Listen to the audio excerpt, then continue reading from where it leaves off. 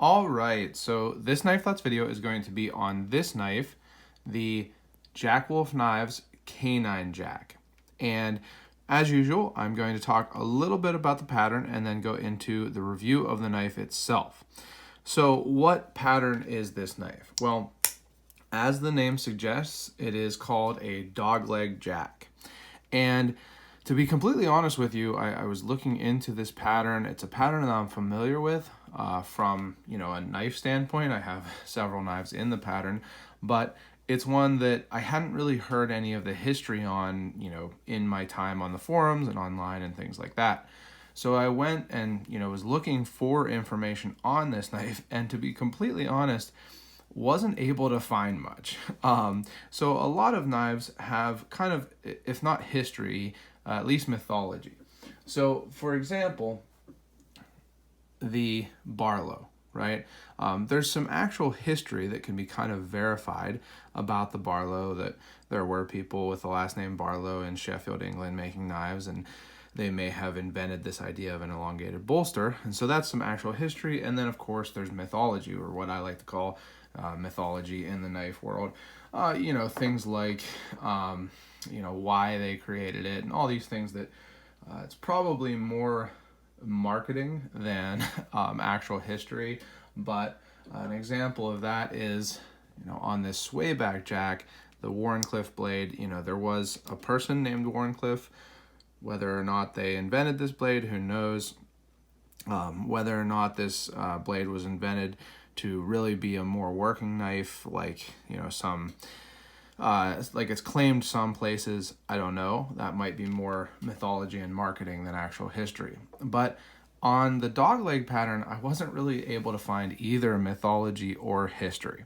And so I did see that Advanced Knife Bro is also doing a video on this knife, and I was, to be honest, kind of hoping that his video would come out before I made this video, and maybe he would find some information that I wasn't able to. But unfortunately it didn't, so I still suggest watching his video, because his videos are always super fun. But I'll just tell you a little bit about what the pattern is, even if I can't give you a whole lot of history. Now, this pattern has been around for a long time. There are old Ulster and Boker, different brands that did make dogleg jacks in the early 1900s and even before. So it's not a new pattern. It is an old pattern, like most or all of the patterns that Jack Wolf knives have made. But what is a dogleg jack? Well, it's a knife with a curved handle. So you can see that the bolster here at the pivot is kind of curved forward or slightly upward towards the edge, and then it has a curve, and then the butt of the knife is curved downward or somewhat towards the spine of the blade, side of the blade basically. So this is what is called a dogleg jack in most places by most companies, it seems. And what I mean by that is the fact that the pivot end is up or towards the blade well or towards the edge, whereas the butt end of the knife is downward or towards the spine end or the spring end of the knife.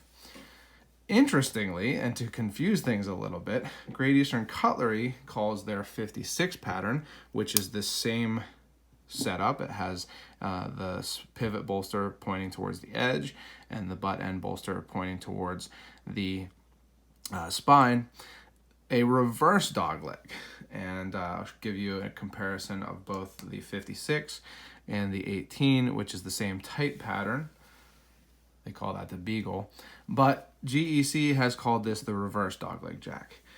Now, from what I've found online and from what other companies use for the terms, it's usually the opposite. It's usually that something like this would be called a reverse dogleg jack. So see how this bolster kind of curves somewhat towards the spine. It has the curve in the handle, and then the butt end bolster curves somewhat towards the blade well or the edge.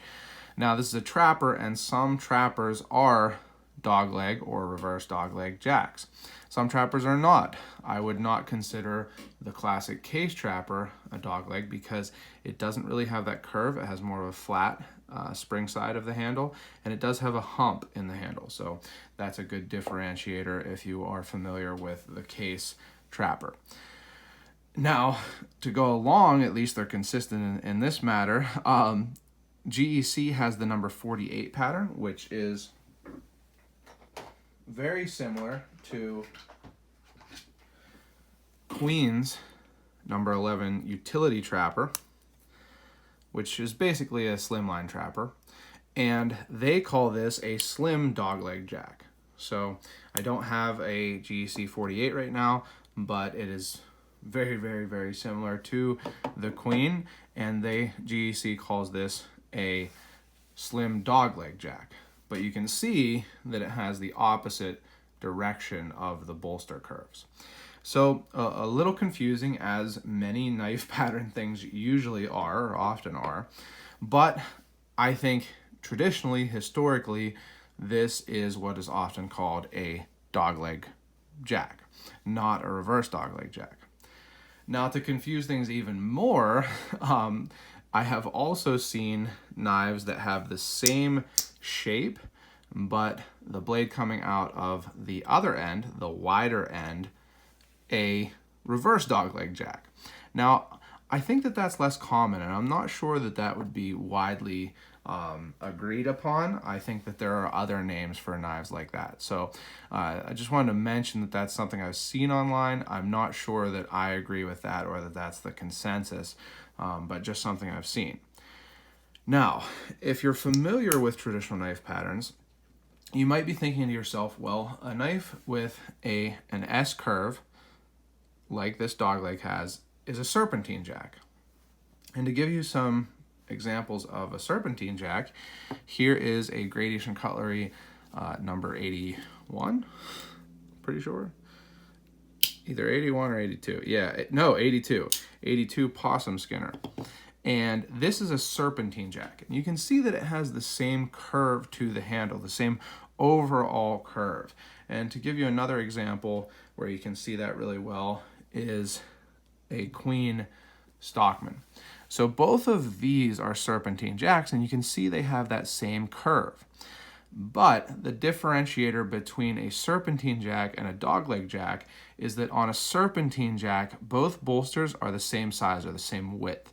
And you can see that on both of these knives. The bolsters are the same width on both ends, versus on a dogleg jack or a reverse dogleg jack, the butt end bolster is wider. Okay, so the butt end is wider and the pivot end is less wide. Also, on some dogleg jacks, like these trapper dogleg jacks, rather than having a rounded bolster, like on these two GEC reverse dogleg jacks, and on the serpentine knives patterns, the pivot bolster on a dogleg is sometimes more squared. Now, this isn't a completely square bolster, but it's a square, considered a square bolster.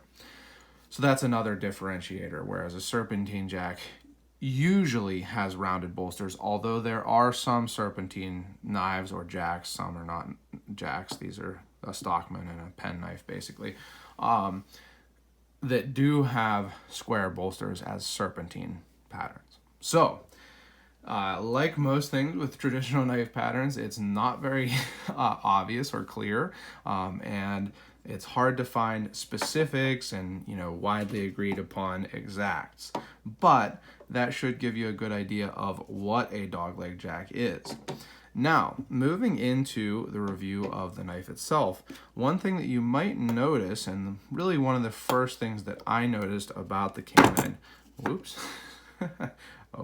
about the canine jack, is that all of those things are pretty pronounced. So this knife has more of a curve, more of that S curve to the handle than any of those examples that I just showed, even than the GEC 56, which is a relatively classic example of the dogleg or reverse dogleg pattern.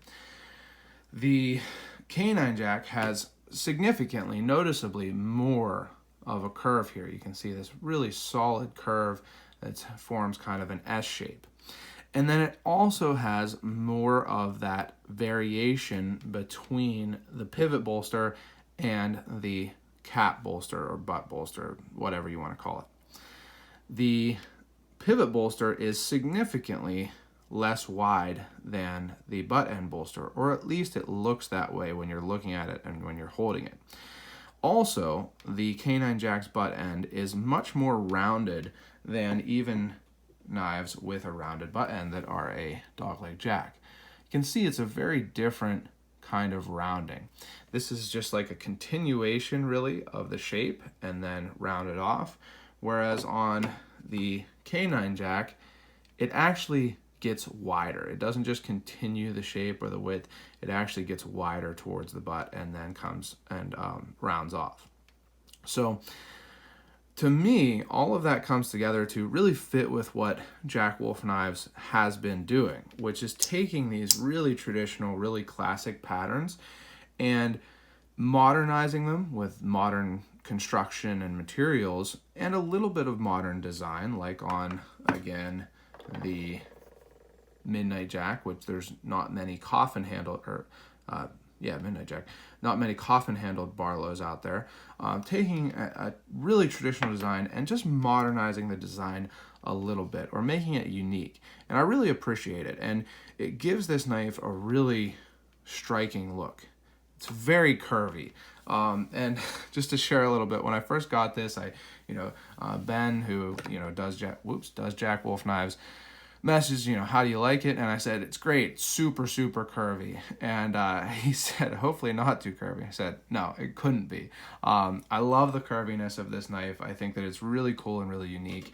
And honestly, pretty practical too. So I have seen online in looking to try to find information about the Dogleg Jack pattern, that a lot of people tend to find this knife to be really ergonomic, and it's something where you might not expect it to be because it has all these curves, and especially if you watch my channel, you know that I like a simple handle. This isn't the simplest handle out there.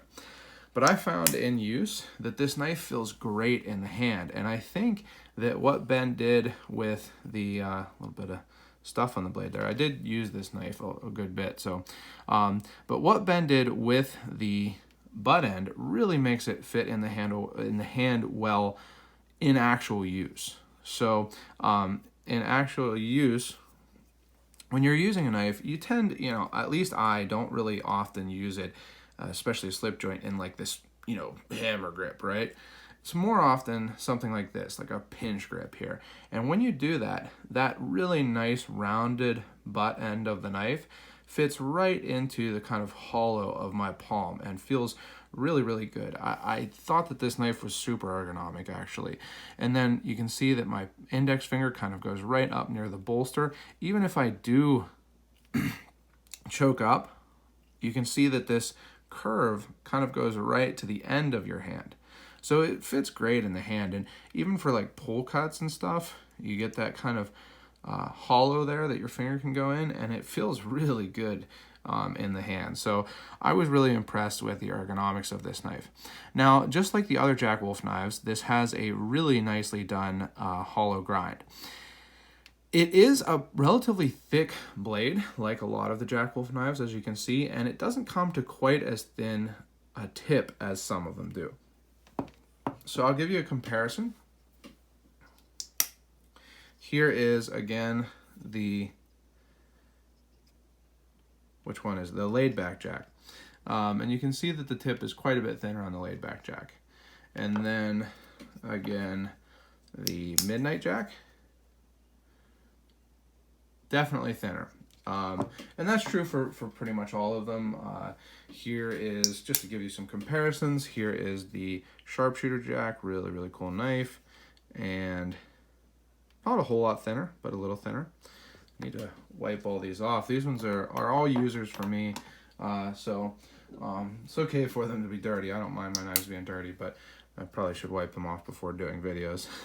Anyway, here's the Little Bro Jack, the smallest of the Jack Wolf knives so far, unreleased, but coming out sometime soon, or soon-ish.